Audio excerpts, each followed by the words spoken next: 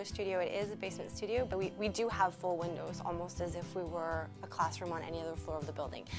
Painters often say that they prefer to have daylight, and I'm sort of the opposite. I find that I can actually control my light better if it's completely dark, and then I'm lighting everything artificially, depending on which wall we're working on, which painting we're working on, things like that.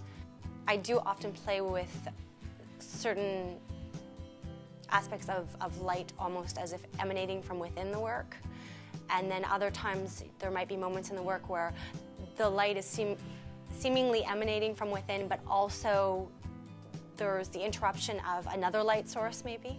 So I do play a lot with light and shadows as a way to further exemplify certain spatial illusions that I'm trying to create in the work. In the Builders exhibition at the National Gallery, my work that is being featured is Augury. It's a 5x6 foot painting that started out predominantly with burnt reddish tones of color. By retaining a certain amount of that color, that light is able to spill out in the work. So the work is titled Augury because it is sort of about this spilling out movement, and augury refers to the idea of divination through entrails of small animals. So it's dealing with this idea of maybe allowing myself a bit of metaphorical play on what is factual, what is actual, that physicality of something that is somewhat fleshy spilling outward. And it seemed to play nicely with some of the movements that were happening in the work. I enjoy playing within the histories of abstraction while utilizing strategies of representation.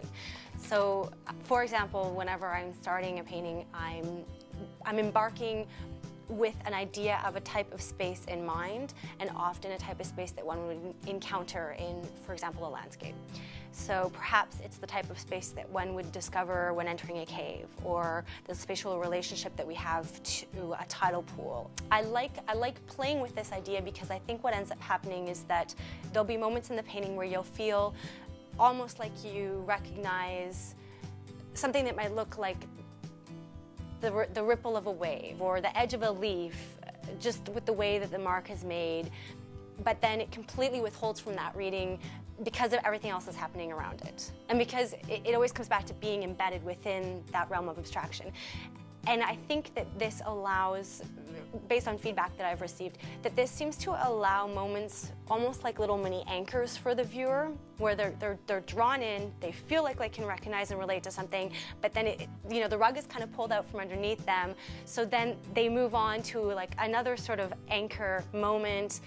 And I think ultimately it helps with that navigating, with leading the viewer through the work. What's really important to me is what they're seeing, what's actually going on in the work, what is happening in front of them. And I have a complete understanding of the fact that they're going to bring their own biases from, based on their own life experiences in relation to how they will navigate through the painting. One person might start initially focusing on the bottom left corner, someone else might find themselves drawn to the top right, and then both viewers will unpack the painting completely differently from each other and from the next person that might view it. And I actually really enjoy those opportunities, and I think that that's quite particular to abstraction, actually, that's a nice opportunity that abstraction can afford.